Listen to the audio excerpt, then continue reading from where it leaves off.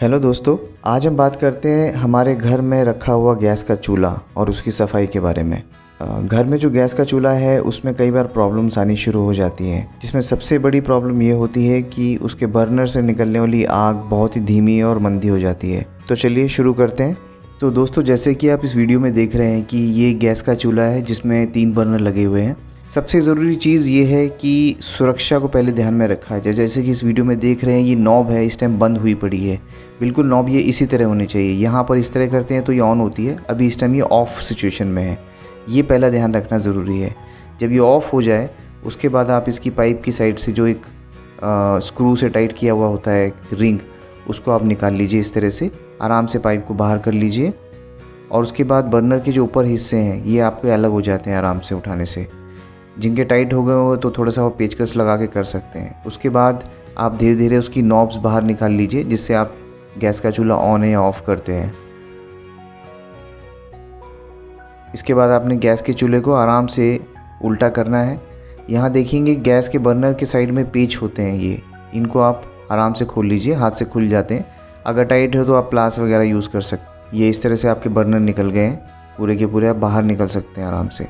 ये सिर्फ इस पेच की हेल्प से ही रुके हुए होते हैं। इसके बाद ये पाइप के साथ में जो ये छोटा पेच होता है जिसमें से एक्चुअली गैस बर्नर में जाती है, इसको आप खोल लीजिए। आपके पास 2 बर्नर का चूल्हा है या 3 का है, वो सब खोल लेने चाहिए आपको आराम से। आप इसके लिए ये इस तरह की एक चाबी होती है वो यूज़ कर सकते हैं या फिर प्लास से भी यूज़ कर सकते हैं। उसके बाद जहाँ से आपने नॉब्स निकाली है वहाँ पर ये जो एक रिंग जैसा होता है इसको आप निकाल लीजिए, क्योंकि इसकी भी सफाई ज़रूरी होती है। कई बार जब नॉब आपकी टाइट हो जाती है तो वो इसी की वजह से मुश्किल में होती है। अच्छा, इसको खोलने के बाद अब आप देखिए ये पूरा पाइप आपके हाथ में आ गया है। अब इसको खोलने के लिए आपको पतला वाला पेचकस चाहिए। एक साइड में छोटा सा पेच होता है, उसको आप खोल देंगे। ये इस तरह का एक छोटा सा पतला सा पेच होता है, इसे आप खोल के साइड में रख लीजिए और संभाल के रखिएगा, क्योंकि खो गया तो आपका गैस जल नहीं पाएगा आगे। ये इस तरह के वायर्स इसमें निकल रहे हैं। इसमें साथ में एक स्प्रिंग भी है, जब आप नॉब दबाते हैं और बाहर करते हैं उसको खींचने के लिए ये ज़रूरी होता है। इसी तरह से आप बाकी के जो बर्नर्स हैं पाइप में, वहाँ से आप इनको बाहर निकाल लीजिए, क्योंकि ये सारे के सारे आपको साफ़ करने हैं। मैं इसको साफ़ करने के लिए थिनर का यूज़ कर रहा हूँ। आप थिनर, पेट्रोल, मिट्टी का तेल, इस तरह की चीज़ें यूज़ कर सकते हैं। कटोरी में थिनर लेके उसमें आप ये सारे के सारे छोटे छोटे जो पार्ट्स हैं इसे डाल दीजिए। थोड़ी देर में इनमें जमा हुआ सारा जो मैल होगा वो निकल जाएगा। आप चाहें तो किसी पुराने टूथब्रश से इसको साफ़ भी कर सकते हैं। तो इस तरह की सफाई आप गैस चूल्हे की 6 से 8 महीने में एक बार कर दें तो आपका चूल्हा कभी भी प्रॉब्लम नहीं देगा, ना ही आपको किसी को रिपेयर कराने, मेंटेनेंस कराने की ज़रूरत है। एक बार ये छोटे वाले इंस्ट्रूमेंट साफ़ हो जाते हैं, छोटे छोटे पार्ट साफ़ हो जाते हैं, उसके बाद आप ब्रश से बाकी जगह भी इसको थिनर से साफ़ कर लीजिए। इसको चारों तरफ से आप देखिए जैसे मैं कर रहा हूँ, बिल्कुल उसी तरह से आप साफ़ कर लीजिए। थिनर के जाने से इसमें कोई गंदगी नहीं होती है, कोई परेशानी नहीं, क्योंकि वो अपने आप ही हवा में उड़ जाता है, इवेपोरेट हो जाता है। मैंने इसके लिए ईयरबड्स भी लिए हैं ताकि और जमा अगर कोई गंदगी हो रखी है इसमें तो वो निकल जाए। इसके बाद इसकी पूरी जो रॉड है, पाइप जिसमें गैस रहती है, उसको आप साफ़ कर लीजिए। अगर इसके लिए आपके पास थिनर या पेट्रोल नहीं है तो फिर आप सिंपल सर्फ का पानी, साबुन का पानी, इस तरह का ले सकते हैं, कोई भी क्लीनिंग डिटर्जेंट हो। पाइप को साफ़ करने के बाद आप ये बर्नर्स को साफ़ कर लीजिए, क्योंकि कई बार बहुत सारी चीज़ें जब पकने के दौरान इस पर गिरती हैं तो ये इसके जो छोटे छोटे छेद हैं इसमें वो जैम हो जाते हैं, ब्लॉक हो जाते हैं। इनको दोनों तरफ से साफ़ कर लीजिए, सारे बर्नर्स को साफ़ कर लीजिए। इसको साफ़ करने के लिए मैंने सर्फ का पानी लिया है, सिंपल।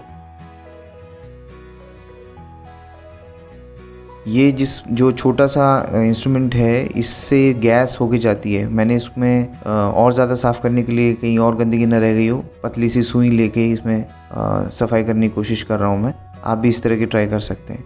एक बार ये हो जाए उसको आप वापस इंस्ट्रूमेंट जैसे निकाले थे आपने, बिल्कुल वैसे लगा लीजिए और इसको हल्के से टाइट कर दीजिए। ज़्यादा टाइट मत करना, क्योंकि अगर ये टूट गया टाइट करने से तो फिर आपको दूसरा मिलेगा नहीं इस वक्त। ये देखिए इस तरह का जो पार्ट्स इसमें से निकले थे उसमें स्प्रिंग लगा के हम इसको वापस इसमें डाल देते हैं दूसरी साइड से।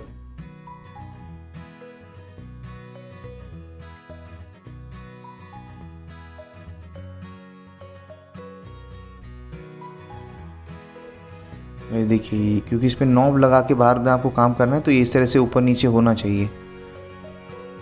फिर ये जो छोटे वाले पेच मैंने शुरू में बताया था आपको, वो बहुत सावधानी से इसको लगाकर और आराम से उसको टाइट कर दीजिए। इससे ये चीज़ यहाँ पर रुक जाएगी। इस दौरान अगर आप चाहें, आपका ये जो स्टेनलेस स्टील का चूल्हा है, इसको भी साबुन के पानी से या किसी और लिक्विड से आप साफ़ कर लीजिए। अब फिर से वैसे ही प्रोसेस वापस लगाने का। ये रिंग को यहाँ पर आप टाइट करेंगे।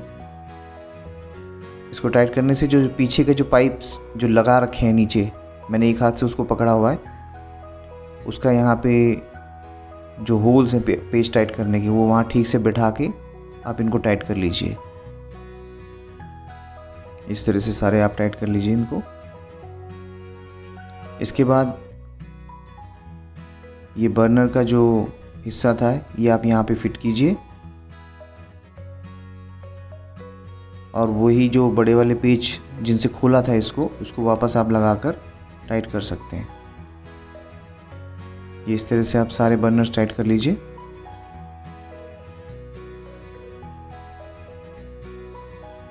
ये चूल्हा सीधा कर दिया। इसके बाद जो बर्नर हम लोगों ने साफ़ किए थे उसको आप वापस ऊपर लगा दीजिए। नॉब्स टाइट कर दीजिए, इसमें लगा दीजिए, ये ऑटोमेटिक फिट हो जाती है। उसके बाद जो पाइप हमने निकाला था गैस का, ये नोज़ल में आप वापस इसको अच्छे से टाइट कर दीजिए पहले हाथ से। जब पूरी तरह अंदर हो जाए उसके बाद पेचकस से लेके इसको आप टाइट कर लीजिए ताकि अपनी जगह से हिले नहीं। ये चीज़ आप बहुत ध्यान से कीजिएगा। ये देखिए, आपकी गैस अच्छे से जलने लगी और आपके जो नॉब्स हैं वो भी फ्री हो गए आराम से। तो इस तरह आप अपने गैस के चूल्हे की सफाई कर सकते हैं, उसकी मेंटेनेंस कर सकते हैं, उसकी सर्विसिंग कर सकते हैं जब आप घर पर हों तो दोस्तों, ये वीडियो आपको कैसा लगा मुझे नीचे कमेंट्स बॉक्स में लिखकर बताइए। वीडियो अच्छा लगा तो लाइक कीजिए और चैनल को सब्सक्राइब करना मत भूलिएगा। Thank you very much.